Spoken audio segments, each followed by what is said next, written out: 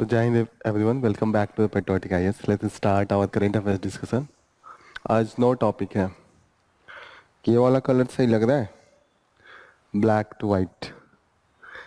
Okay, so here the first topic is the central plans to take caste count during the census. तो अभी तो census ही नहीं हो पा रहा है. This is the first time कि for the long time generally 10 साल पे हो जाता था. अभी हमारा 2021 में होना था, लेकिन अभी 24 आ गया. Still we don't have. ठीक है, तो अभी जो रिपोर्ट आ रही है उसके अनुसार गवर्नमेंट का ये थॉट है कि जब हम सेंसस कराएं साथ साथ हम कास्ट सेंसस भी करा ले. अभी तक कास्ट सेंसस नहीं हो रहा था, अभी सिर्फ सेंसस होता है, उसमें कास्ट का कॉलम नहीं होता है. कास्ट का कॉलम होता भी है तो सिर्फ SCs एंड STs का होता है, not for the other caste. ठीक है ना. तो अभी तो हम हर एक कास्ट का करना चाहते हैं, OBCs, general, everyone. That is the main plan. Then we will see that the growth of e-commerce a matter of the concern.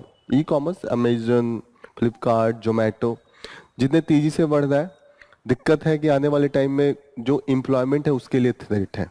अभी तो ठीक है, लोगों के लिए जो कस्टमर है उनको कहीं ना कहीं अपॉर्चुनिटी दे रहा है कि आप डाइवर्सिटी ला सकते हैं, आप थोड़ा सा सस्ते में भी चीज़ें खरीद सकते हैं और घर बैठे खरीद सकते हैं. लेकिन फ्यूचर में देखते हैं क्या दिक्कतें हैं. Okay, Then we will see that the PM begins Poland visit. तो पोलैंड का सिग्निफिकेंस यही है कि कोल्ड वॉर में भी ये बहुत बीच में जो वेस्टर्न कंट्रीज थी under the US leadership and रसा, तो हमेशा ये बीच में रहता है.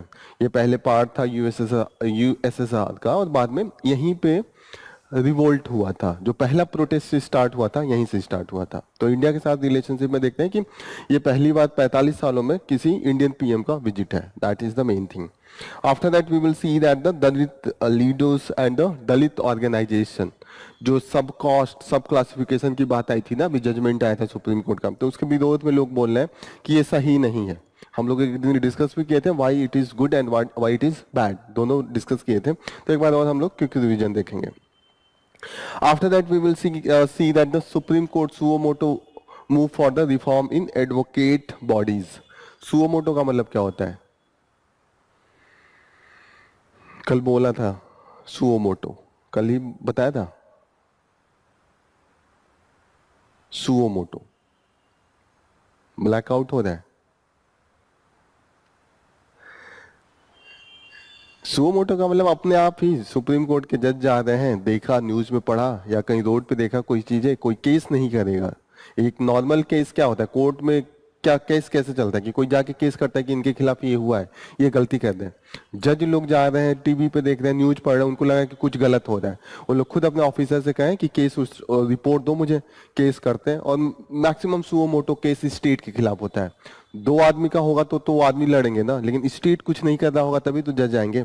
तो जैसे काम है मिनिस्टर का, उन्होंने रोड ऐसे खोल के छोड़ रखा है, लोग वहां पे गिर रहे हैं, अब कोई नहीं केस कर रहा है, लेकिन कोई जज गुजरा सुप्रीम कोर्ट का या हाई कोर्ट का, वो कहा कि ये रोड कौन बना रहा है, कॉन्ट्रैक्टर का पूरा रिपोर्ट लाओ और उसके खिलाफ केस स्टार्ट करवाते हैं. तो that will be the suo motto. Suo motu will be always for the public interest. जैसे किसी जेल में की घटना आ रही है कि जेल में क्राइम हो रहा है, या किसी पुलिस है कहीं कहीं पे काफी क्रूअल रूप से किसी को ट्रीट कर रही है, ऐसे कुछ घटनाएं आ गई, या डॉक्टर्स किसी हॉस्पिटल में फंक्शनल नहीं है, तो जज क्या करेंगे, खुद अपना रिपोर्ट मंगवाएंगे and they will register the case. That is the suo motu. अभी जो रेप केस मर्डर केस के बाद अभी MPs का भी आया है कि एक रिपोर्ट आया है, नियर अबाउट 16 MP जो अभी सिटिंग है और 135 MLA हैं जिनके खिलाफ वीमेंस के जो क्राइम है कि अगेंस्ट द क्राइम वो चल रहा है, अभी उन्होंने रिपोर्ट किया है. तो ये डेटा इंपॉर्टेंट है क्योंकि whenever you have to give the example you can give with the this data. जो अभी हम लोग कल भी पढ़ रहे थे, मेघालय में पोलियो का केस आ रहा है. ठीक है, तो ये पोलियो का केस कैसा है, this is the vaccine derive. Vaccine जो हम वीक फॉर्म में देते हैं, कहीं ना कहीं वो सर्वाइव कर जाए और इतना स्ट्रांग हो जाए कि वो इम्पैक्ट कर दे, एंटीबॉडीज उसको अटैक नहीं कर पाए, जीत नहीं पाए. यही है ना, कल हम लोग पढ़ रहे थे, एंटीबॉडीज ही हमारा सर्वाइव करता है. अगर स्ट्रांग होता है तो हम बीमारी नहीं होती है, अगर वो वीक हो गया तो हम बीमार हो जाएंगे. मैक्सिमम जो अटैक होता है वो जिनकी इम्यूनिटी वीक होती है उन्हीं पे ये चीजें होती हैं. Then we will see that the after manifesto movement budgetary disappointment, ये LGBT कम्युनिटी के लिए जो हमने अभी एलोकेट किया है बजट में उसका है कि काफी कम है, तो ये जीएस पेपर 1 सोसाइटी सेक्शन में आएगा. Then we will see that the power play, जो हाइड्रो इलेक्ट्रिसिटी पावर प्रोजेक्ट होता है, कहीं ना कहीं उसका निगेटिव इम्पैक्ट इन्वायरमेंट पे आता है. हम लोग एक दिन पढ़ रहे थे कि डैम बनेगा, डैम बनाने पे रिजर्वायर में पानी इकट्ठा करेंगे और वो पानी का अमाउंट इतना ज्यादा होता है कि उसके निकलने और अंदर जब इकट्ठा करते हैं जमीन का सेकिंग होने लगता है. होता है ना कि अमाउंट पानी इतना छोटे अमाउंट में तो होता नहीं, छोटे से तालाब में. अब जैसे हमारा रामगढ़ ताल बैक साइड में है, एकाएक पूरा पानी निकाल दें, फिर एकाएक उसके दुगुना पानी भर दें, थोड़ा और ऊंचा दीवार बना ले जो रामगढ़ ताल का, उसका दुगुना अमाउंट कर दें, तो इम्पैक्ट होगा ना आसपास के एरिया में. एकाएक वाटर अगर निकाल दें तो कहीं ना कहीं प्रेशर जो जमीन पे है that will be coming up and down. तो वहां पे जो मैन इंड्यूस्ड, हमारा ह्यूमन इंड्यूस्ड सिस्मिक वेव होती हैं. आप लोग ज्योग्राफी में पढ़े होंगे ना कि एक तो होता है नेचुरल सेस्मिक वेव, जब प्लेट से टकराती हैं या प्लेट के बीच में कोई भी डिस्प्लेसमेंट होता है तो आपस में ये वाइब्रेशन होता है. एक मैन मेड होता है, जैसे कि सबसे अच्छा एग्जांपल है कि जो हम डैम बनाते हैं बहुत बड़े लेवल पे, जैसे ये तो रामगढ़ ताल अभी भी छोटा है, मानी रिजर्वायर है इसका 4 गुना है और हम पूरा दीवार बना के इसके हाइट का 3 गुना 4 गुना और पानी भर ले, तो कहीं ना कहीं जब पानी खाली होगा, पानी भरेगा, बीच में जो फ्लक्चुएशन होगा तो आसपास में सेस्मिक वेव आता है. That is the main point of the discussion. तो जीएस पेपर 1 ये इन्वायरमेंटल एक तो इम्पैक्ट में आएगा, डिजास्टर मैनेजमेंट में आएगा और इन्वायरमेंट में भी आएगा. ज्योग्राफी का भी सेक्शन है क्योंकि हम man induced, human induced seismic wave, this is the main thing. Let's start with the front page. Front page पे जो मेन डिस्कशन चल रहा है कि centre plans to take caste count during the census. Centre ये plan कर रहा है. अभी तक तो हमें यही नहीं समझ में आ रहा है कि कब होगा census. Census is very important. Without census आपको पता ही नहीं चलेगा कि स्कीम के लिए मैं इतने पैसे किसको दूं, कितने फार्मर्स हैं, कितने different type of the people हैं, कितना एज ग्रुप है, 1 से 10 के बच्चे के बीच में कितने बच्चे हैं, उसी अनुसार आप मिड डे मील के लिए पैसे देंगे ना. आंख मूंद के तो दे ही नहीं सकते. 10-12 साल में अंदाजा लगाते हैं ना, जैसे डिफरेंट जो ग्रुप सर्वे कराती हैं वो सैंपल लेती हैं, ओवरऑल पॉपुलेशन नहीं कराती हैं. जैसे हमारे पास अभी भी डेटा है कि लगभग इतना है. एग्जैक्ट डेटा कहाँ से आता है? सेंसस से आता है. आप वीमेंस कितनी है उसका डेटा है ही नहीं. आपके जो सर्व शिक्षा अभियान में डिफरेंट लेवल पे जो स्टूडेंट है उसका डेटा है ही नहीं. आप सब्सिडी पे सब्सिडी दिए जा रहे हैं, तो कहीं ना कहीं एग्जैक्ट प्लानिंग नहीं हो पाता है. 1931 तक कास्ट सेंसस होता था, मतलब एक कॉलम, जैसे जब सेंसस होता है तो वो जाके पूछते हैं आपका एज कितना है, फिर और भी चीजें पूछते हैं, लिटरेसी कितनी है, कितना तक पढ़े, ये सब पूछते हैं. उसी में एक कास्ट का भी था. कास्ट क्या है? 1931 के बाद इसको डिसकंटिन्यू कर दिया गया था. लेकिन अभी डिबेट चल रहा है कि जब आप कास्ट के बेसिस पे डिफरेंट स्कीम, डिफरेंट आप रिजर्वेशन, डिफरेंट पॉलिसी बना रहे हैं तो कास्ट भी जानना जरूरी है.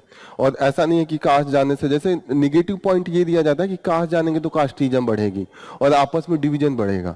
लेकिन बात ये भी है कि डिवीजन बढ़ना होता तो SC/ST का तो ऑलरेडी है, लेकिन कहीं ना कहीं हमारा उसका पॉजिटिव इंपैक्ट होता है. हम एग्जैक्ट प्लानिंग करते हैं और कास्ट का भी आ जाए तो थोड़ी और अच्छे से प्लानिंग हो जाए. लेकिन पॉलिटिकल पार्टी ये भी डरते हैं कि अभी और भी कास्ट है, ओबीसी का जनसंख्या काफी ज्यादा है, परसेंटेज उनका नियर अबाउट 50% है. अभी लगेंगे डिमांड करने अलग से रिजर्वेशन के लिए. अभी तो 27% देके रखा है. तो कहीं ना कहीं गवर्नमेंट इससे भी डरती है. अभी जो प्रेजेंट गवर्नमेंट है वो रिलीजन बेस्ड पॉलिटिक्स करती है, तो उसको चाहिए कि रिलीजन में ही लोगों को रखे. अभी कास्ट आ जाएगा तो जो कास्ट बेसिस पे पॉलिटिक्स होता है, जैसे कि सपा का है, बीएसपी का है, आरजेडी का है, उनका पॉलिटिक्स डोमिनेंट होने लगेगा. They will have the caste based politics ना. तो जो रिलीजन बेस्ड पॉलिटिक्स है वो थोड़ा सा डिमिनिश होगा क्योंकि उनका लोग ज्यादा अपने कास्ट बेसिस पे वोट देना स्टार्ट करेंगे ना. That is the main thing. एक रीजन ये भी है कि नहीं हो रहा है. लेकिन अभी इतना ज्यादा प्रेशर बनने लगा है कि मैक्सिमम जो पॉलिटिकल पार्टीज हैं और यहाँ तक कि जो इनके सपोर्टर भी हैं, अभी ये चिराग पासवान हैं या ये जनता दल यूनाइटेड हैं, ये लोग भी कह रहे हैं कि होना चाहिए. सुप्रीम कोर्ट का जो जजमेंट आया है कि सब क्लासिफिकेशन कीजिए, वो भी एक बेसिस बनाता है कि कास्ट सेंसस होना चाहिए। सब क्लासिफिकेशन कैसे बनाएंगे जब आपको पता ही नहीं है कि एससीज में भी सब कास्ट कितना है या ओबीसीज में भी सब कास्ट कितना है। कहीं ना कहीं बात हो रही है ना कि सब आप 3 ग्रुप 4 ग्रुप बनाएंगे ना, जैसे आप ओबीसी का दिया तो creamy layer non creamy layer बनाया, उसमें भी अगर एससी एसटी में बनाना है creamy layer non creamy layer तो एक क्लियरिटी होनी चाहिए ना कि कौन किस कैटेगरी में है।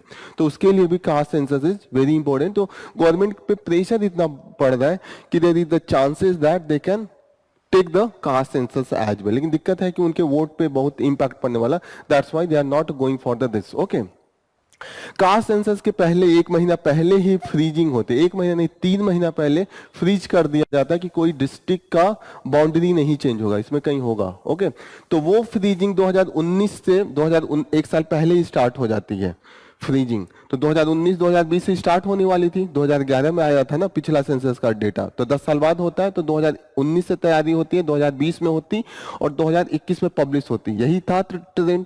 तो 2019 से ये कंटिन्यूअसली 10 बार ये फ्रीजिंग कर चुके हैं। जैसे सेंसस के पहले सारा कुछ फ्रीज कर दिया जाता है कि आप तहसील, आप डिस्ट्रिक्ट, आप जितने भी ब्लॉक है उसके बाउंड्री चेंज नहीं कर सकते क्योंकि डेटा ऐसे हेर फेर हो जाएगा। जैसे आप जब सेंसस स्टार्ट हो रहा है तब आप बाउंड्री चेंज कर दिए तो एक ही बाउंड्री के अंडर में 2 बार काउंटिंग हो जाएगी ना, that was the main reason. तो यहाँ पे अभी तक गवर्नमेंट हर बार बोल रही है कि अब हमने फ्रीज कर दिया, सेंसस स्टार्ट करवाने वाले हैं, फिर उसको पोस्टपोन कर दिए। 2019 से लेकर अभी तक 10 बार ये फ्रीज ऑफ द बाउंड्री हो चुका है, लेकिन हर बार ये पोस्टपोन कर रहे हैं। क्लियर हो रहा है? 2011 में जब यूपीए की गवर्नमेंट थी उन्होंने कास्ट सेंसस कराया था सेंसस के बाद, लेकिन दिक्कत उसमें है कि उनका जो डेटा है वो प्रॉपर रूप से नहीं था, उन्होंने ऐसे ही करा दिया था। इतनी डिस्क्रिपेंसीज है कि जो लास्ट सेंसस 1931 में आई थी उस समय टोटल नंबर ऑफ कास्ट आए थे वो 4000 के आसपास थे, और जब इन्होंने कराया है तो 46 लाख कास्ट इन्होंने कराया। 46 लाख कॉस्ट नहीं पॉसिबल है। अगर आप कितना भी डिवीजन सब डिवीजन कर ले तो 4 का 40,000 हो जाएगा, लेकिन 46 लाख कॉस्ट एक, आप समझ रहे हैं, 46 लाख जातियां नहीं हो सकती हैं। तो कहीं ना कहीं ये हो सकता है कि आजकल लोग नहीं होता है कि जैसे मैं हुआ किसी से इंस्पायर हूं तो उसका अपने नाम के आगे नाम जोड़ लिया, तो उन सबको इन्होंने कास्ट किया है कि एक ही फैमिली में 4 लोग, जैसे नहीं कोई लिख लेता है कि मेरा जैसे नाम है अमित, कोई भास्कर है उससे मैं प्रभावित हूं तो अमित भास्कर लिख लिया, होता है ना बहुत लोग अपना। तो इन्होंने लग रहा है कि कास्ट में हर एक न्यू चेंज में जो सरनेम है उसको इन्होंने न्यू कास्ट के जैसे कर लिया। जैसे होता है कि भारतीय किसी ने लिखा तो भारतीय कई कास्ट में लिखा जा सकता है, भारतीय एक पेट्रियोटिक के तरीके पे से भी कुछ लोग लिखते हैं। जैसे होता है ना पेरियार को कोई लोग मान रहे हैं या अंबेडकर को मान रहे हैं, तो जैसे अमित अम्बेडकर लगा लिया या अमित पेरियार लगा लिया, तो वो कास्ट नहीं है, that is just a symbolic. तो ऐसे में मुझे लग रहा है ऐसा माना जा रहा है कि कास्ट में काउंटिंग जो हुई है ये सब हुई है, इसीलिए इसको पब्लिश भी नहीं किया गया था। 2011 वाला पब्लिश नहीं किया गया था। पब्लिश नहीं होने का एक तो डिस्क्रिपेंसीज था, एरर थे, दूसरा था कि गवर्नमेंट डर भी रही थी। जब यूपीए गवर्नमेंट के पास बीजेपी की गवर्नमेंट आई तो उनको भी डर लग रहा था कि कास्ट के बेसिस पे न्यू डिमांड स्टार्ट हो जाएगा, तो इसलिए अभी तक नहीं किया गया। लेकिन अभी तक ये लग रहा है कि कास्ट का अब करना पड़ेगा। जिस तरीके से प्रेशर बन रहा है, जिस तरीके से सुप्रीम कोर्ट के जजमेंट भी आए, तो कास्ट सेंसस मजबूरी बन जाएगी, करवाना पड़ेगा। That is the main thing. Opposition उसका मुद्दा भी बना के रखा है। राहुल गांधी अपने पूरे इलेक्शन कैंपेन में कास्ट का लेके डिमांड कर रहे थे, तो अब प्रेशर इतना है कि there is the chances that there will be the caste census. समझ में आ रही है ये चीजें? क्या समझ में आया? कास्ट सेंसस होना चाहिए कि नहीं होना चाहिए? हाँ, नहीं होना चाहिए। यू नहीं होना चाहिए। अच्छा, कास्ट सेंसस तो नहीं होना चाहिए, क्या रीजन है? डिवीजन बढ़ेगा।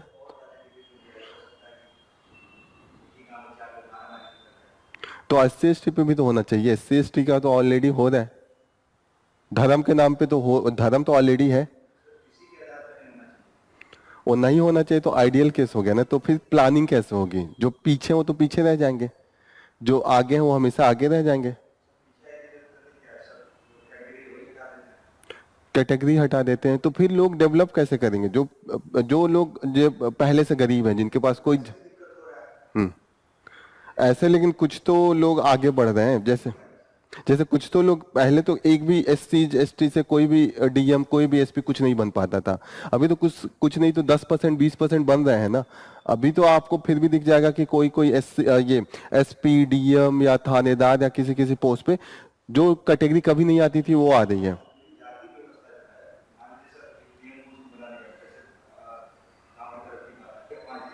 हाँ, कास्ट के आधार पर डिस्क्रिमिनेशन तो होगा, लेकिन जो उनका पावर है, जो रिप्रेजेंटेशन है, वो तो बढ़ेगा ना। ऐसे तो हमेशा उनको उनके खिलाफ डिस्क्रिमिनेशन होगा, एक्सप्लॉयटेशन होगा।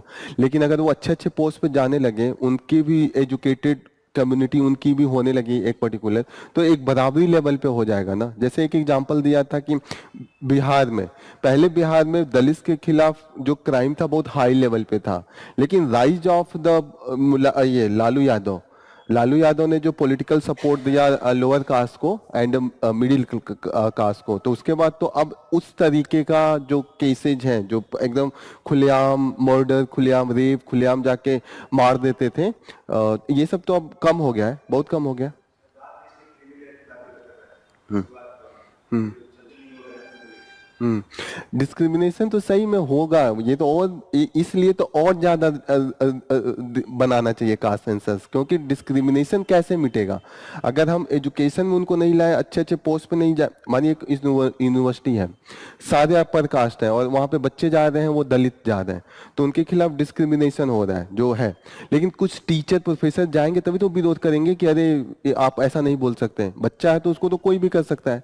तो कहीं ना कहीं उनके परसेंटेज होने चाहिए ना। जैसे मानिए पॉलिसी बन रहा है, सारे सेक्रेटरीज चले जाएं अगर केवल अपर कास्ट के ही हो, तो कुछ डिस्क्रिमिनेटरी अगर कुछ पॉलिसी बनेगा तो तुरंत अगर अगर दलित से भी हो तो बताएगा ना कि हमारे वहाँ ये है, हमारे वहाँ ऐसा है। जैसे ट्राइबल के बारे में हम नहीं जानते हैं, तो ट्राइबल को लाना पड़ेगा ना कि उनके कस्टम को जानने के लिए।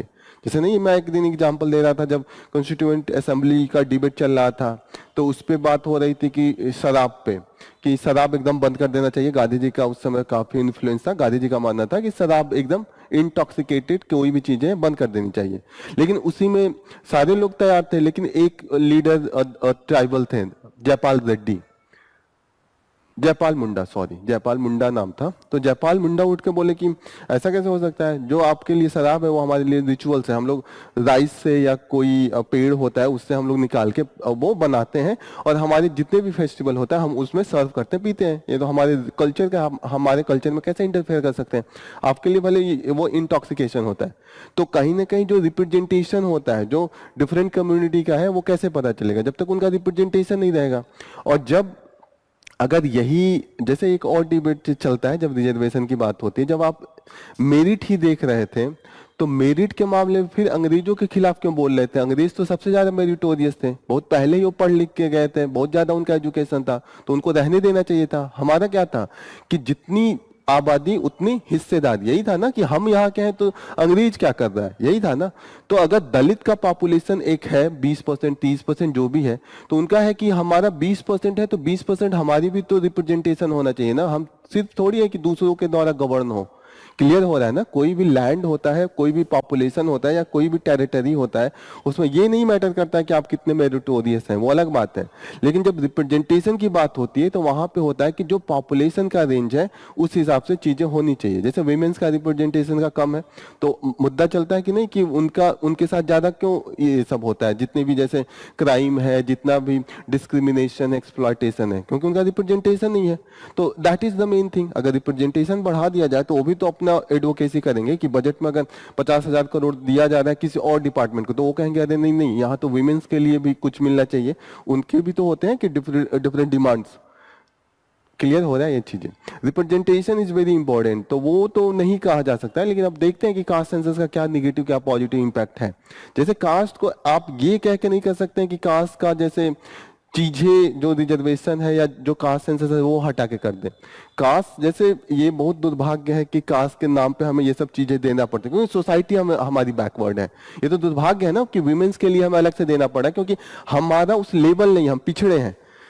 अगर अच्छे होते तो ये सब नहीं करना पड़ता, लेकिन अगर ये नहीं करेंगे तो 100 साल और लग जाएगा। और कभी अगर चीजें अगर इक्वालिटी पे नहीं आएगी, एक आदमी को हमेशा एक्सप्लॉइट किया जाएगा, तो कभी न कभी रिवोल्ट होगा। अंग्रेजों के खिलाफ रिवोल्ट हुआ तो अपर कास्ट और लोअर कास्ट का सिविल वॉर नहीं होगा, होता है ना। जैसे बांग्लादेश में अभी हम देख रहे हैं, अफगानिस्तान में या पाकिस्तान में, ये सब चीजें देखते हैं क्योंकि उनके पास पॉलिसी अच्छा नहीं है। हमारे वहां क्यों सिविल वॉर नहीं हुआ? जब हम आजाद हुए, चर्चिल बोला था कि कुछ नहीं तो यहाँ 10 साल बाद कंटिन्यूअसली सिविल वॉर होने वाला है, और इंडिया कुछ नहीं तो 30 देशों में बटेगा। उसका ये था क्योंकि डाइवर्सिटी था। लेकिन हमने कुछ नहीं होने दिया क्योंकि हमने सबको उनकी उनके अनुसार कर दिया।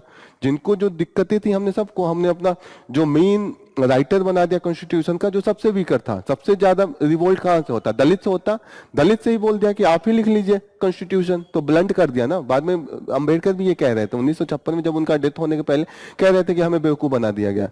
क्योंकि ऐसा नहीं है कि जैसे अब जब खुद राइटर होगा दलित, तो कोई कैसे विरोध करेगा कि हमारे अनुसार चीजें नहीं है, ठीक है ना। बाद में जैसे अंबेडकर का था कि कहीं ना कहीं हमें बना के ये चीजें ब्लंट कर दिया गया रिजर्वेशन को लेके। अभी आप जब पॉलिटिकल साइंस पढ़ेंगे, कई जो दलित थिंकर है वो रिजर्वेशन का खुद विरोध करते हैं। वो कहते हैं कि रिजर्वेशन के कारण जो हमारा ये होना चाहिए था प्रोटेस्ट, या जो भी हमारा डिमांड होना चाहिए था, वो ब्लंट हो जाता है। कि आप रिजर्वेशन का दिखा के ये कहते हैं कि आपको तो दे दिया गया, लेकिन जो और चीजों में हिस्सेदारी है, जैसे जमीन में हिस्सेदारी है, जमीन में तो नहीं दिया गया ना। जमीन में तो जो 1947 से था वही है।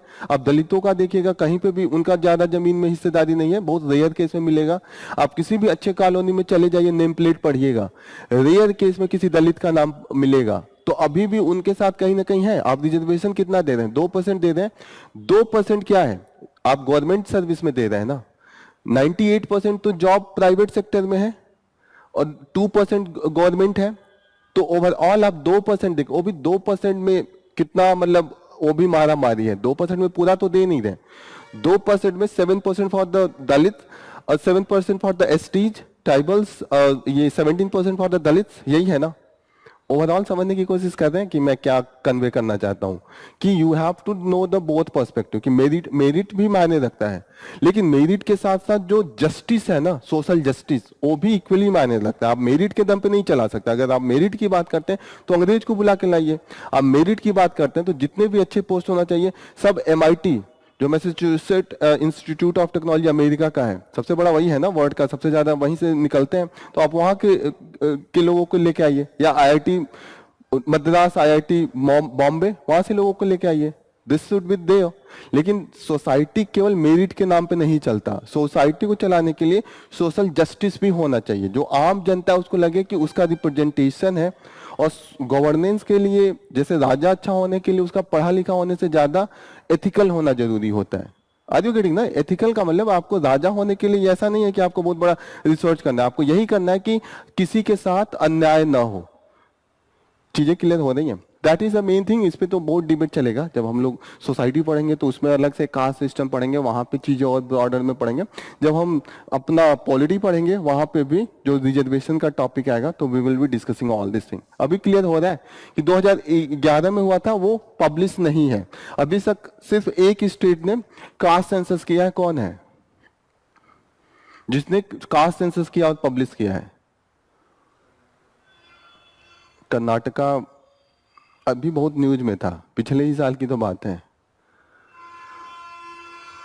बहुत रिसेंटली की बात है। बिहार ने किया, आप लोग न्यूज में देख रहे होंगे। बिहार में पहले कास्ट सेंसस हुआ, वहीं पे पब्लिश किया। कर्नाटका ने किया, अभी पब्लिश नहीं किया है। कर्नाटका 2015 में किया था, उन्होंने पब्लिश नहीं किया है। 2015 में कर्नाटका ने किया है, बट पब्लिश अपना रिपोर्ट नहीं किया। बिहार ने किया भी है, पब्लिश भी किया। उसी के आधार पर अभी रिजर्वेशन इंक्रीज किया था। जो वो पिछड़े थे, उन्होंने एक और कैटेगरी लाया था, जो पिछड़ों में भी 2-3 एक्सट्रीमली बैक OBC का एक कैटेगरी लाया था। सुप्रीम कोर्ट ने उसको नल एंड वाइड कर दिया था, रिजेक्ट कर दिया था। उस पर भी अभी डिबेट चल रहा है। क्लियर हो रहा है? 1931 में जो लास्ट सेंसस हुआ था, ये इंपॉर्टेंट है। 2011 में हुआ है, सेपरेट हुआ है, और वो पब्लिश नहीं हुआ है, उसका इंप्लीमेंटेशन भी नहीं हुआ है। जो पहला स्टेट है वो बिहार है। That should be the prelims के लिए ये सब चीजें इंपॉर्टेंट है। जो फ्रीज ऑफ बाउंड्री होता है, that is just before the census, 3 month before होता है। 3 महीने पहले हम सारे बॉर्डर को, जितने भी तहसील है, डिस्ट्रिक्ट है, उसको फ्रीज कर देते हैं। तो ये चीजें क्लियर हो रही है, ये लिख लीजिए, क्योंकि प्रीलिम्स में ये 2-3 स्टेटमेंट में पूछ सकता है। जो फ्रीजिंग होगा 3 मंथ्स बिफोर द सेंसस, पहला जो फेज सेंसस का होता है उसके 3 महीने पहले हो जाता है। बिहार पहला स्टेट है जिन्होंने 2023 में अपना सेंसस किया एंड पब्लिश किया। पिछले साल की ये बात है, काफी इस पर डिबेट चल रहा था, उसी के नाम पे इलेक्शन भी लड़े थे। 2015 में कर्नाटका ने किया था, बट कर्नाटका ने इसको रिलीज नहीं किया था।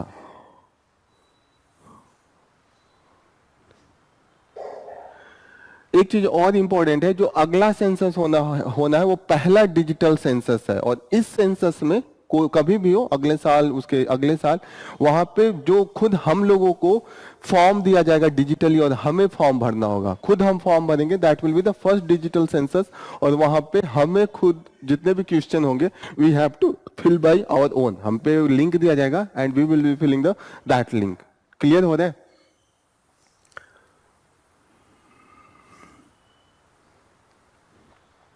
लास्ट सेंसस 1931, कास्ट के बेसिस पे जो हुआ था, हो गया, लिख लिया सब।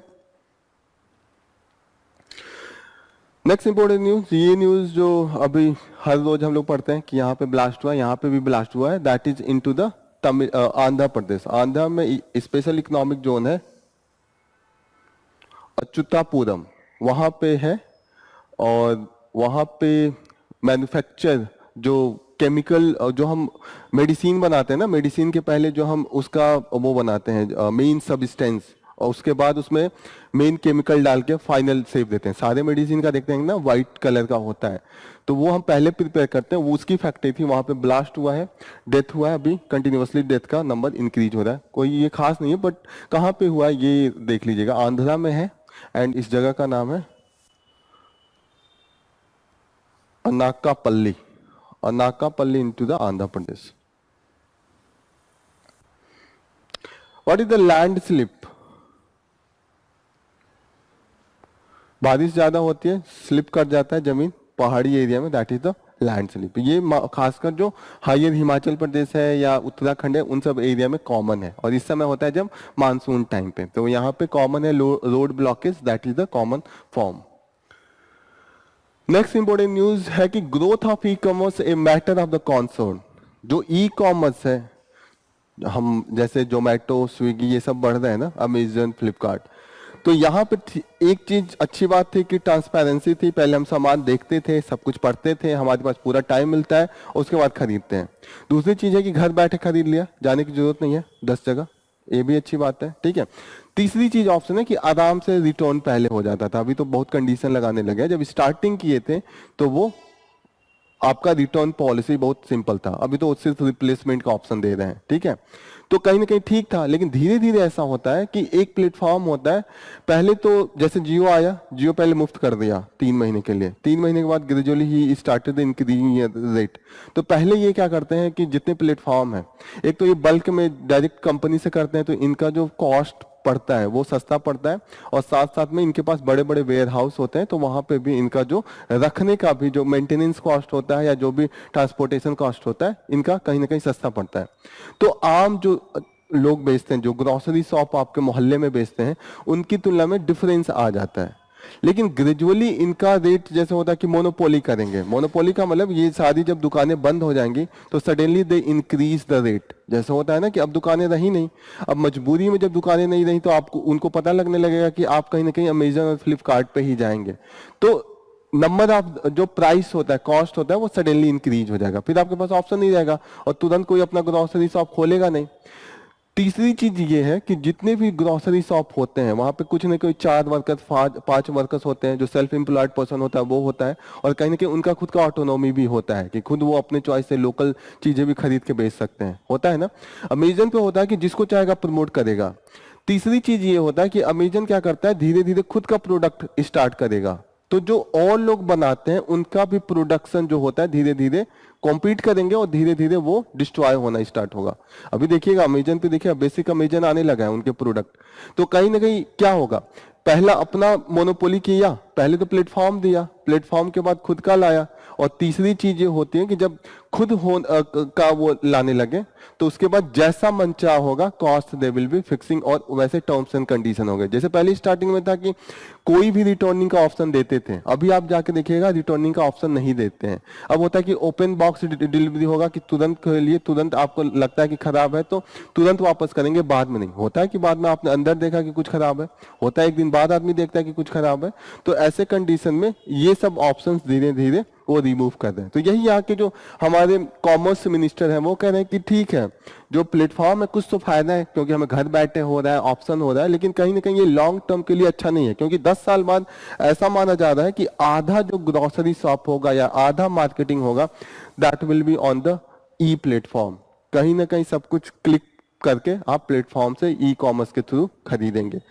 तो ऐसे में जॉब लॉस सबसे ज्यादा हेडेक है। ऑलरेडी गवर्नमेंट का हेडेक है कि जॉब नहीं क्रिएट हो रहा है।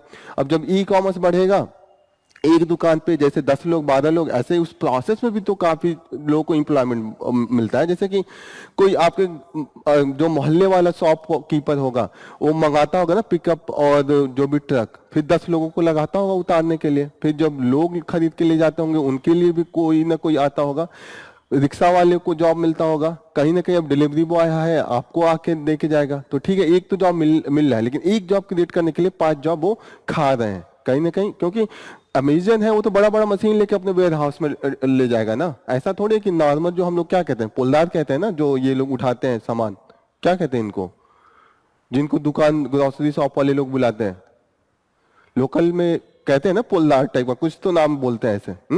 क्या बोलते हैं, क्या बोलते हैं, हाँ जो भी है ऐसा, मतलब उन लोगों का जॉब ज्यादा है ना। जैसे मैं कुछ एग्जांपल दे रहा हूँ कि जिस तरीके से वो ट्रांसपोर्टेशन का कॉस्ट जो है जगह जगह कहीं ना कहीं वो डिक्रीज हो रहा है, बीच में जो और लोगों के जॉब मिल रहे थे वो चीजें कहीं ना कहीं धीरे धीरे डिमिनिश हो रही है। अब अमेजन है तो लोकल जाके थोड़ी खरीदेगा, लोकल ग्रोसरी शॉप है तो कहीं चूरे का मशीन है तो वहां से चूरा मंगा लिया, क्लियर हो रहा है। कहीं लोकल कहीं तेल बन रहा है सरसों का तो वो मंगा लिया, वो भी बेच रहा है। तो कहीं ना कहीं लोकल का जो प्रमोशन है वो आपका ग्रोसरी शॉप वाला दे देगा, लेकिन अमेजन क्या करेगा, डायरेक्ट वो ब्रांड से लेगा और कहीं ना कहीं वो ब्रांड को ही प्रमोट कर देगा। तो जो लोकल जो बिजनेस होता है उसके ग्रो होने का चांसेस बहुत कम होता है। कुछ लोगों का मोनोपोली होगा, 4-5 अंबानी बचेंगे और वही सारा इकोनॉमी को कंट्रोल करेंगे। आधे घड़ी ना जब यही यहाँ पे बोला जा रहा है दिस इज गुड, जहां तक सिटीजन सेंट्रिक हो तो सही है, मतलब सिटीजन्स का जितना भी सब कुछ देख के लाया जाए तो वो सही है, लेकिन जहां पे मोनोपोली एकदम छोड़ दिया जाए तो वहां दिक्कत होगा। That is the main thing. Champai Soren Jharkhand के अभी चीफ मिनिस्टर थे जब हेमंत सोरेन जेल में थे। चंपई सोरेन के बारे में क्या पता है, बताइए। कुछ कुछ नहीं पता है। आई वाज एज्यूमिंग कि सब कुछ पता है, मैं ये न्यूज छोड़ने वाला था। अभी जब हेमंत सोरेन को जब जेल हुआ था, झारखंड के बारे में कुछ बता दीजिए, चलिए एकदम बेसिक से बता दो। हाँ ठीक है, क्यों टूटा था, ट्राइबल पॉपुलेशन ज्यादा था। शिबू सोरेन वहां के मेन लीडर थे जो सेपरेट झारखंड की बात करते थे, उन्हीं के अभी जो बेटे हैं हेमंत सोरेन वो वहां के चीफ मिनिस्टर हैं। शिबू सोरेन के साथ जो मेन लड़ाई लड़ रहे थे झारखंड सेपरेट होने के लिए चंपई सोरेन थे, ठीक है। जब अभी केस चल रहा था तो वो ये दिक्कत था कि किसको बनाया था, डर था हेमंत सोरेन को कि कोई कैप्चर न कर ले। होता है ना पॉलिटिक्स में कि अपना जगह बनाना और वर्चस्व बनाए रखना हमेशा इंपॉर्टेंट होता है। और जब ये बन ही रहा था तभी मुझे लग रहा था कि बाद में जब वो छूट के आएंगे फिर इनको कहेंगे हटो तो कहीं ना कहीं बुरा लगेगा, ये चीजें होने वाली हैं। इसमें सबको डर रहता है, कोई इतना बड़े दिल से नहीं आता है कि सिर्फ सर्विस के लिए आ रहे हैं। होता है ना कि सबको पावर चाहिए, सबको पोस्ट चाहिए, और एक बार पोस्ट मिल जाता है, जैसे जीतन मांझी बिहार में एक बार पोस्ट मिल गया तो चाहिए है हमें, जब तक नहीं मिला होता है तब तक आदमी का यही है ना, आदमी को जब तक नहीं मिला होता है, जैसे अगर आपको डीएम मिल गया तो आप वहां पे अभी तो आपको लग रहा है डीएम का पोस्ट ही सब कुछ होता है, लेकिन जिस दिन डीएम के पोस्ट पे चले गए फिर आपके ऊपर और भी सेक्रेटरीज ये सब प्रेशर बनाएंगे तो आपको लगेगा अरे ये बड़ा नहीं है, इससे बड़ा वाला सेक्रेटरी का डायरेक्ट मिले, फिर आपको लगेगा चीफ मिनिस्टर का सेक्रेटरी बना है, फिर पीएम का सेक्रेटरी बना है। चीजें हमेशा कहीं ना कहीं डिमांड बढ़ती ही जाती है, जिस लेवल पे चले जाते हैं उसका हम रिस्पेक्ट नहीं करते हैं, जो ऊपर वाला होता है उसका डिजायर तुरंत स्टार्ट हो जाता है। तो बहुत कम लोग होते हैं जहाँ पे होता है कि सिर्फ सर्विस के लिए आए हैं और नहीं पावर चला गया तो कोई बात नहीं हम सर्विस करते रहेंगे। तो यही चीजें हमेशा होती है, कभी भी पॉलिटिकल पार्टीज में थोड़ा पावर का चांस दिया जाता है तो कहीं ना कहीं उस पर्सन का डिजायर बढ़ जाता है। तो इन्होंने कहा कि अब जिस तरीके से हमें हटाया गया अब मैं नया पॉलिटिकल पार्टी बनाऊंगा। That is the main thing. थोड़ा सा बेसिक जानिए कि जो झारखंड का था वो ट्राइबल बेसिस पे था, पहले वो बिहार के पार्ट थे, उनको ऐसा लगता था कि सारे खनिज खान जो है माइनिंग एरियाज झारखंड में थे, लेकिन वो सबसे पिछड़ा एरिया था। तो वहां पे डिमांड होने लगा कि हमें तोड़ क्या बना दीजिए, क्या पता हम तुरंत डेवलप कर जाए बिहार से ज्यादा, लेकिन ऐसा हुआ नहीं। अब रीजन अलग अलग है कि वहाँ माइनिंग्स तो है लेकिन कहीं ना कहीं जो ओवरऑल इंडस्ट्री है वो डेवलप नहीं कर पाई जिस तरीके से करना चाहिए था। इनपुट जो है कैपिटल है वो उस तरीके से लग नहीं पाया, बाहर की कंपनी आती हैं एक्सप्लॉइट करके नेचुरल रिसोर्स का वापस चली जाती है, वहां का खुद का लोकल रीजन को डेवलप नहीं कर पाते हैं, ये मेन रीजन है। दूसरा चीज ये है कि थोड़ा सा उनके पास एजुकेशनल स्किल की कमी है, मैक्सिमम ट्राइबल एरिया है तो बाहर से स्किलिंग मंगानी पड़ती है। तीसरी चीज ये है कि पोर्ट से डिस्टेंस है, और चौथी चीज ये है कि मार्केट करीब नहीं है, मुंबई दिल्ली की मार्केट इन्हें ढूंढना पड़ता है या कोलकाता इनका मार्केट है, तो थोड़ा सा ट्रांसपोर्टेशन का भी चीज के लिए इनमें इश्यू आता है, इसीलिए कॉस्ट ओवरऑल ज्यादा हो जाता है। क्लियर हो रहा है ये सब चीजें? जब ज्योग्राफी में ये सब चीजें पढ़ाई जाएगी आपको इंडस्ट्री, तो ये सब चीजें डिस्कस किया जाएगा। Next important news that we are going to take, Poland में मोदी जी का विजिट है। पोलैंड का एक बार मैप खोल लीजिए आप लोग, this is the Poland. Poland Ukraine part था यूएसएसआर का, पोलैंड भी था। पोलैंड में सबसे पहले सॉलिडेरिटी मूवमेंट स्टार्ट हुआ था, उसी के बाद disintegration of the USSR start हुआ था। वहां के लोगों को लगा कि जो यूएसएसआर की थी, जैसे रस्सा का डोमिनेंस होने लगा था। यूएसएसआर के बारे में पता है ना आप लोगों को, व्हाट वाज दैट?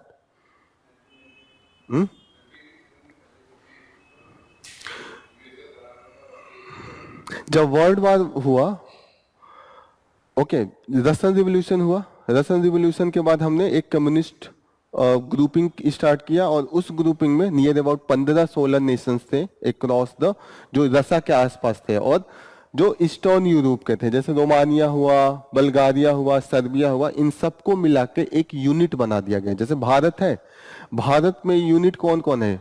तमिलनाडु, ये सब एक यूनिट है।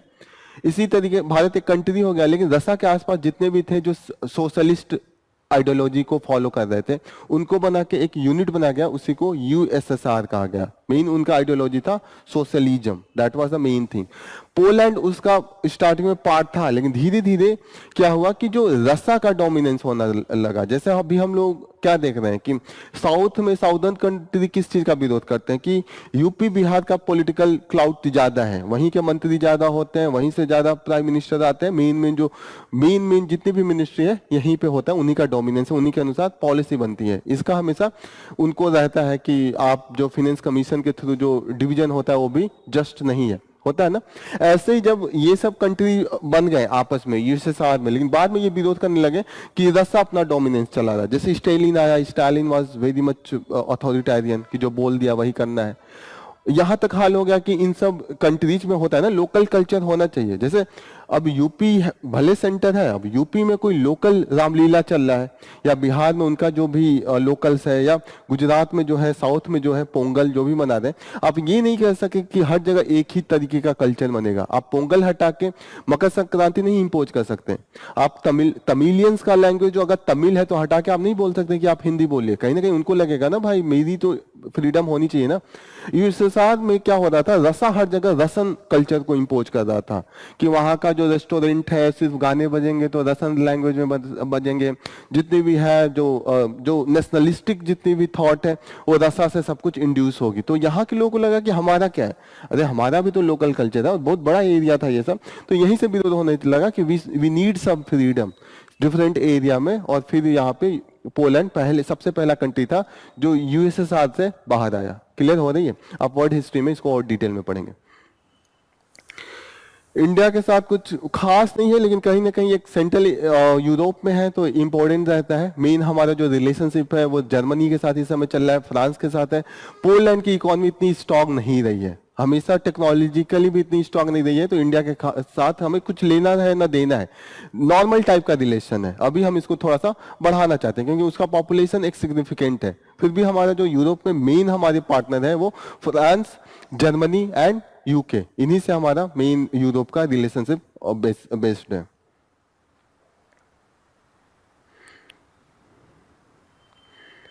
यहाँ पे हो रहा है कि दलित कोटा को लेके फिर से चल रहा है, ठीक है ना? क्या रीजन है एक बार आप लोग बता दीजिए, मैंने बहुत कई बार डिस्कस किया है। दलित कोटा को लेके, सब क्लासिफिकेशन को लेके क्यों विरोध चल रहा है?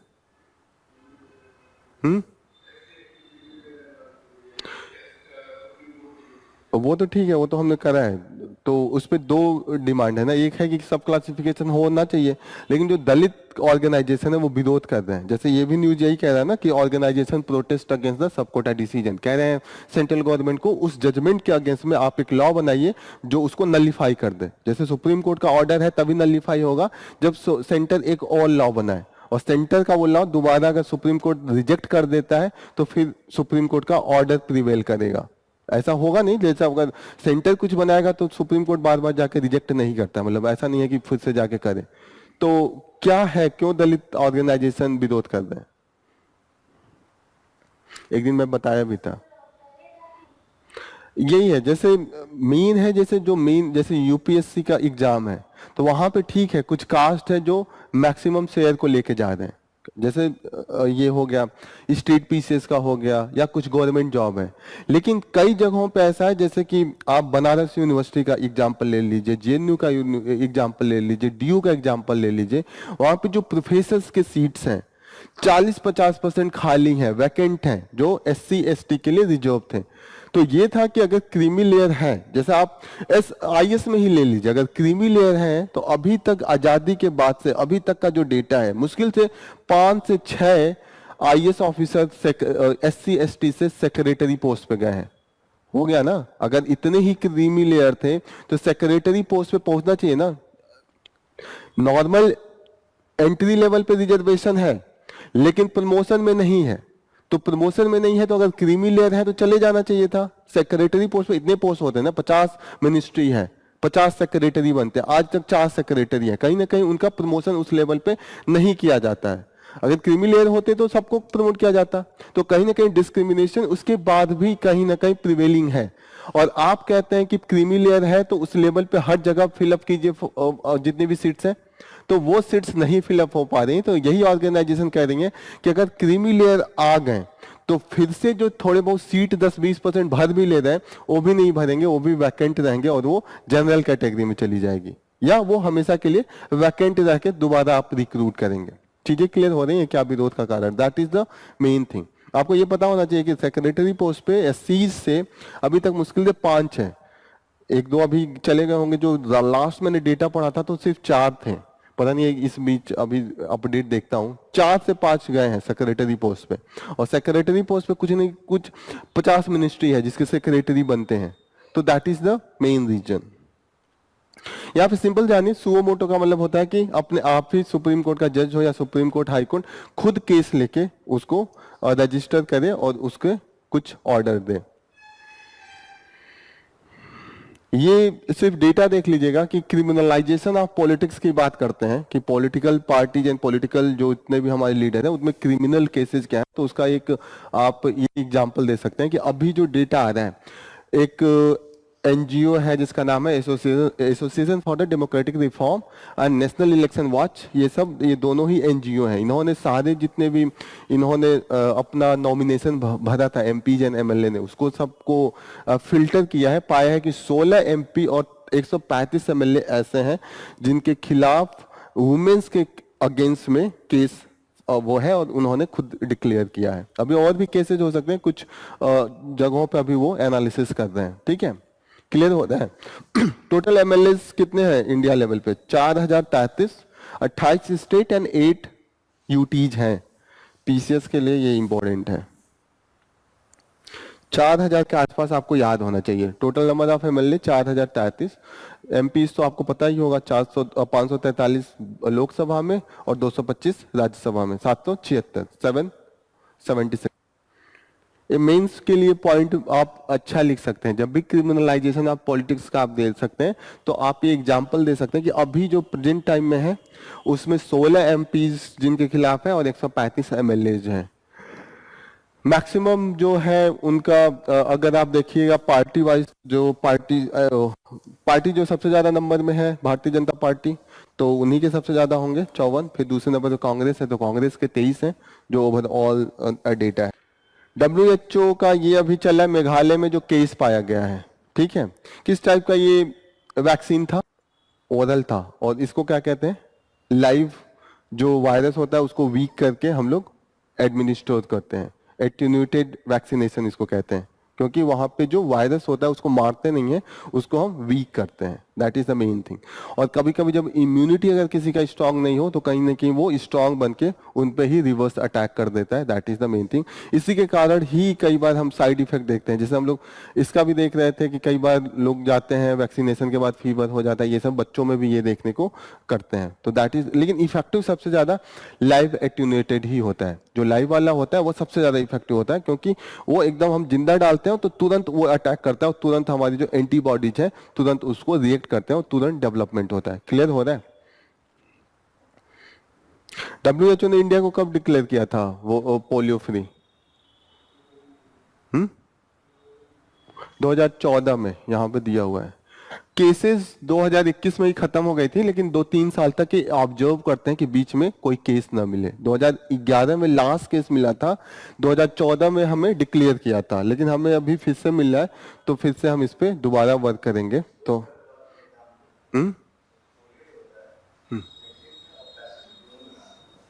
एक्टिव में पैसिव में दोनों में काम करता है। पोलियो, पोलियो जैसे इन्होंने कहा, एक लाइव होता है, एक वाइल्ड होता है। वाइल्ड होता है जो नेचुरली मिलेगा। क्या? अच्छा, हाँ हाँ, वो तो एक्टिव और पैसिव होता है। यस, वो तो होता है एक्टिव एंड पैसिव इम्यूनिटी। जैसे एग्जांपल, आप बताइए।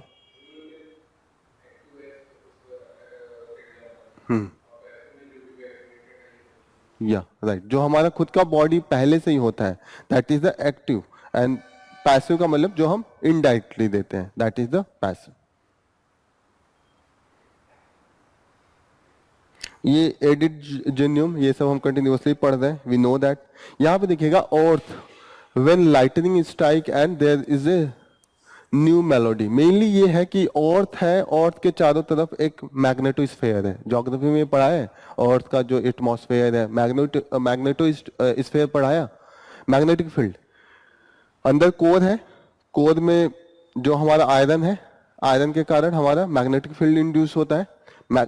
आयरन के कारण सबसे पहले तो इलेक्ट्रिक फील्ड इंड्यूस होगा। इलेक्ट्रिक फील्ड का जो काउंटर करता है वो मैग्नेटिक फील्ड भी इंड्यूस होगा। और जो मैग्नेटिक हमारा ये फील्ड होता है वो मैग्नेटो स्फेयर बनाता है ना। यहाँ पे मैग्नेटो स्फेयर, ये मैग्नेटो स्फेयर, आप लोगों को पिक्चर ही याद होगा, सर ने बनवाया भी होगा कि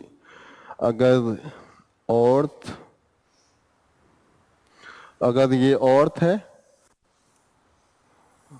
ऐसे मैग्नेटिक स्फीयर बनाया था, बनाया होगा सर ने, ज्योग्राफी का चल रहा है ना आप लोगों का क्लास। तो मैग्नेटोस्फीयर का क्या एक बहुत ही पॉजिटिव इंपैक्ट होता है, क्योंकि जो जितने भी बाहरी suns and other celestial bodies हैं वहाँ से डिफरेंट टाइप के आयंस आते हैं। कई टाइम ऐसा होता है कि सन का जो सरफेस है काफी एक्टिव हो जाता है और वहां से कुछ डिफरेंट टाइप के आयंस एमिट होते हैं। और अगर वो डायरेक्ट यहाँ पे आए तो हमारा डिफरेंट, जैसे इलेक्ट्रिक इक्विपमेंट हो या हमें भी कई तरीके का उससे डेंजर होता है। लेकिन ड्यू टू दिस मैग्नेटोस्फीयर जितने भी आयन होते हैं उनको ये ट्रैप कर लेता है अपने मैग्नेटिक फील्ड के आसपास, वहीं पे ये ट्रैप हो जाते हैं और उसके कारण जो हमारा कहीं ना कहीं प्रोटेक्शन मिलता है। और इस बेल्ट को जहां पे वो आयन ट्रैप होते हैं उसको वॉन एलन रेडिएशन बेल्ट कहते हैं। जिस एरिया में वो ट्रैपिंग होती है, Van Allen radiation belt, please note down. हाँ, जितने भी तरीके सोलर विंड से भी तो आयन आते हैं, जहां से भी आयन आएंगे सेलेस्टियल बॉडी से out of the earth atmosphere, तो वहां पे वो आयन चार्ज को वो ट्रैप करेगा। और वही कई बार ऐसा भी होता है कि different type of the lightning होता है। जैसे आप ऑरोरा पढ़ेंगे, ऑरोरा पढ़ाए हैं सर ने, ऑरोरा जो दोनों पोल्स पे सुंदर सुंदर एटमॉस्फेयर दिखता है, जब पोल पे जाइएगा नहीं लाल पीला आकाश में दिखता है, तो वो ऑरोरा का इफेक्ट होता है। Clear? Van Allen radiation belt clear हो रहा है? This is the trapped area of the this particles.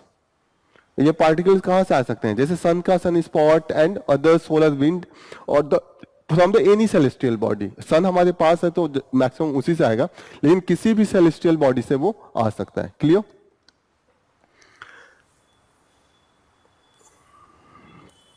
Next important news that we will cover is this, the budgetary allocation for the, particularly this is going to discuss with the vulnerable sections such as the LGBT. LGBT, this is very sensitive section of the society, जो sexual orientation जो आम जनता का है उससे थोड़ा सा अलग होता है, इसीलिए ये सबसे ज्यादा वल्नरेबल होते हैं, क्योंकि हमारा जो सोसाइटी है इतना ज्यादा एक्सेप्ट करने को तैयार नहीं है। एलजीबीटी का एक्सेप्टेंस तो अभी तक यूरोप में नहीं है, यूरोप में थोड़ा थोड़ा है, इंडिया में तो एकदम इसको बहुत ही बुरे नजर से देखा जाता है। तो ऐसे में इस कम्युनिटी का ये नेचुरली भी है, ऐसा नहीं है कि दिस इज द, हमारे वहां कहेंगे दिमागी रूप से पागल है, ये सब चीजें कहते हैं, लेकिन कहीं ना कहीं एलजीबीटी एक नेचुरल है, that is the main thing. India में एक्सेप्टेबिलिटी नहीं है, गवर्नमेंट धीरे धीरे ओपन हो रही है, सोसाइटी धीरे धीरे ओपन होता है ना चीजों को एक्सेप्ट करना, तो धीरे धीरे ओपन। एलजीबीटी का मेन फुल फॉर्म एल से क्या, lesbian, the sexual orientation of the women's towards women's, gay का means towards the men, bisexual यहाँ पे sexual orientation मेल का फीमेल एंड मेल दोनों से हो सकता है, और transgender that is the naturally biologically उनका वो थोड़ा सा न मेल की तरफ आते हैं द फीमेल की तरफ आते हैं। ओके, क्यूएस होते हैं, क्यूएस का अपना सेक्सुअल ओरिएंटेशन पता ही नहीं होता है, वो दे आर वेरी कंफ्यूज, उनको they are not any by any means, वो किसी भी सेक्स के टूवर्ड्स उनका कोई ओरिएंटेशन नहीं होता है, they are the neutral. Clear हो रहा है? यहां पे ये बताया जा रहा है कि गवर्नमेंट इसके लिए इंडिया में भी एक अलग से support for the marginalised individual for the livelihood and enterprise programme चला रही है, खासकर वहां पे एलजीबीटी कम्युनिटी के लिए ही हम ये प्रोग्राम चला रहे हैं। अब हम ये देख रहे हैं कि जो गवर्नमेंट पैसे दे रही है उसका यूटिलाइजेशन सही से नहीं है। लास्ट बजट में इन्होंने 52 करोड़ दिया था, यूटिलाइजेशन सिर्फ है 22 करोड़ का। आर यू गेटिंग ना, कि पैसे इतना दिया, लोगों को बहुत नहीं, ऐसा नहीं है कि जो एलजीबीटी हैं बहुत खुशी से रह रहे हैं, उनके पास घर है सब कुछ है, नहीं है, लेकिन गवर्नमेंट का इनसेंसिटिविटी है कि पैसे हैं यूटिलाइजेशन नहीं हो रहा है। कितनी सरप्राइज की बात है कि बजट एलोकेट कर रहा है, अभी 68 करोड़ किया है, लेकिन अब देखते हैं कि कितना यूटिलाइजेशन है, that is the main thing. तो यहां पे देखिएगा कि मेन डिबेट इसी पे चल रहा है। ये कम्युनिटी कई ऐसे जो बीमारियां हैं, जो जैसे एड्स है, एड्स सबसे ज्यादा इंपैक्ट इन्हीं कम्युनिटी को करता है, और ऐसे में इनका मेन है कि जो एक्सपेंडिचर है वो प्रॉपर तरीके से नहीं है। पहला जो एलजीबीटी कम्युनिटी से जो पॉलिटिकल पोजीशन पे, अच्छे पोजीशन पे आए थे, वो मध्य प्रदेश से सबनम मौसी का हुआ था, एमएलए पोस्ट पे हुई थी मध्य प्रदेश से 1998 में। This is the first case जहां पे थोड़ा सा पॉलिटिकली एक तरीके से वो पावर में आए थे। ओवरऑल ट्रांसजेंडर का संख्या ऐसा कम नहीं है, नियर अबाउट 49 लाख जो है ट्रांसजेंडर है, एंड कहां पे परसेंटेज में दिया है, जो एड्स से इंपैक्ट है वो भी काफी 2.5 मिलियन है, इसका मतलब 24 लाख लोग एड्स से इंपैक्टेड हैं।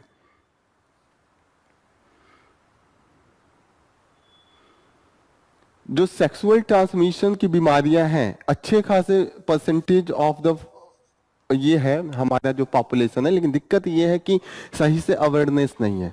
दूसरी चीज है कि सेंसिटिविटी नहीं है, और हमारा इस चीज के प्रति इतना ज्यादा निगेटिव है कि कोई बात करने को तैयार ही नहीं है। जैसे कोई एलजीबीटी कम्युनिटी से भी है तो मैक्सिमम वो आइडेंटिटी छिपा के रहते हैं कि बताएंगे तो बीमारी हुआ है, लेकिन वो बताएंगे नहीं कि है तो डेथ हो जाता है, लेकिन people do not like to expose अपना जो आइडेंटिटी है या जो भी चीजें हैं वो केयर करने के लिए नहीं जाते। आप देखिएगा जहां पे भी चीजें ऐसी होती है सोसाइटी एक्सेप्टेबल नहीं करती है, वहां पे एक्सप्लॉयटेशन ज्यादा होने लगता है। Same is the case with the जो हमारे और भी एरिया में देखने को मिलता है, ठीक है, वो हम सोसाइटी में डिस्कस करेंगे, अभी तो यहाँ पे आप इतना ही जानिए। क्लियर हो रहा है ये चीजें? What is this? Next important news that we are going to discuss is the hydro projects must factor the environmental cost too. तो यहाँ पे ये है कि जैसे आप कहीं पे हाइड्रो प्रोजेक्ट या कुछ भी बना रहे हैं, तो आप जब उसके बाद से इन्वायरमेंट पे इंपैक्ट आने वाला है, हाइड्रो इलेक्ट्रिक प्रोजेक्ट के पहले क्या बनाना पड़ेगा आपको? Dam reservoir. डैम रिजर्वायर से क्या क्या घाटा हो सकता है? पहले उसके बनाते वक्त क्या होगा, जब आप पानी रोकेंगे बड़ा सा दीवार बना के, तो वो कई किलोमीटर तक पानी जाएगा, उसका होगा ना 50 किलोमीटर तक दूर जाता है, जो उसके कारण आप नदी को ही रोक दे रहे हैं। तो नदी जब आगे नहीं बढ़ेगी तो उसके पानी इकट्ठा होंगे ना, वो समंदर तक नहीं पहुंच रही है, तो कहीं ना कहीं उसके बहुत से एरिया में वो करेगी, अपना एरिया एक्सपैंड करेगी। आसपास के जो ट्राइबल एरिया है या जो भी लाइवलीहुड, जो भी घर है, हैबिटेशन, वो डूबेगा। तो पहला तो इम्पैक्ट यही होता है। तो हाइड्रो पावर प्रोजेक्ट आप जब भी बनाते हैं तो पहला फैक्टर कॉस्ट ये होना चाहिए। दूसरा ये होना चाहिए कि जितने एरिया में है लोगों का तो घर डूबा, जो जंगल है कहीं ना कहीं फ्लड कंडीशन में सर्वाइव नहीं करेंगे ना, पेड़ें नहीं ज्यादा दिन तक टिकेंगी, क्योंकि पानी के लिए अलग टाइप की पेड़ होती हैं जो हमारे समंदर के किनारे पाए जाते हैं, मैनग्रूव होते हैं। नॉर्मल अगर आप लैंड पे आम का पेड़ है या शीशम का पेड़ है या कोई नॉर्मल जो हमारे मेन लैंड पे होता है वो सर्वाइव नहीं करेगा, तो वो फॉरेस्ट एरिया कहीं ना कहीं डूब जाता है और वहां के जितने भी वाइल्ड स्पीसीज है उन पे इम्पैक्ट आता है। ये सब पहले का इम्पैक्ट है। जब आपने डैम बना दिया उसके बाद वहां पे जो सिस्मिक वेव आते हैं उसके कारण आसपास के एरिया में कंटिन्यूअसली जब भी आएगा भूकंप, अर्थक्वेक, तो कहीं ना कहीं वहां की बिल्डिंग्स और आसपास की चीजों को इंपैक्ट करेगा। तो उसका भी कॉस्ट आपको जोड़ के रखना चाहिए। दूसरी चीज ये है कि जब आप नदी को रोक लेते हैं तो उसमें भी तो स्पीसीज रहते हैं। फ्लडिंग वाटर में है, जब आपने रोक लिया तो जो स्टैटिक वाटर है होता है वहां पे वो सर्वाइवल कंडीशन कम हो जाते हैं और वहां पे कहीं ना कहीं, फॉर एग्जांपल डॉल्फिन का है, डॉल्फिन हमेशा जो पानी मूव करता है उसी में सर्वाइव कर पाती है और उसके लिए एकदम क्लीन वाटर चाहिए। तो ये सब चीजें, इस तरीके की स्पीसीज कहीं ना कहीं इंडेंजर्ड और क्रिटिकली इंडेंजर्ड होकर फिर एक्सटिंक्ट होती हैं। क्लियर हो रहा है ये चीजें?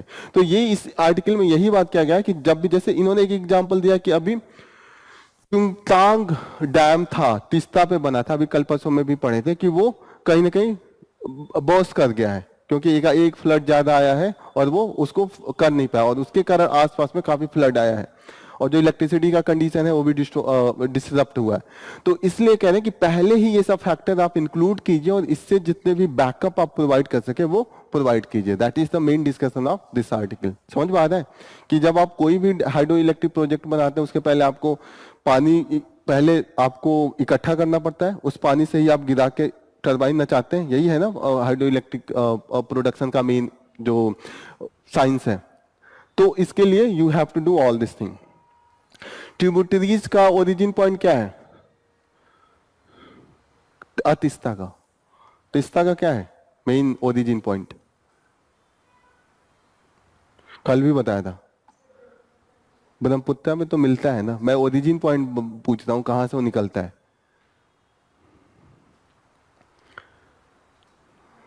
कंचनजंगा। कंचनजंगा है, कंचनजंगा से निकलता है। कंचनजंगा में जो लेक है उसका नाम है सोलामो लेक।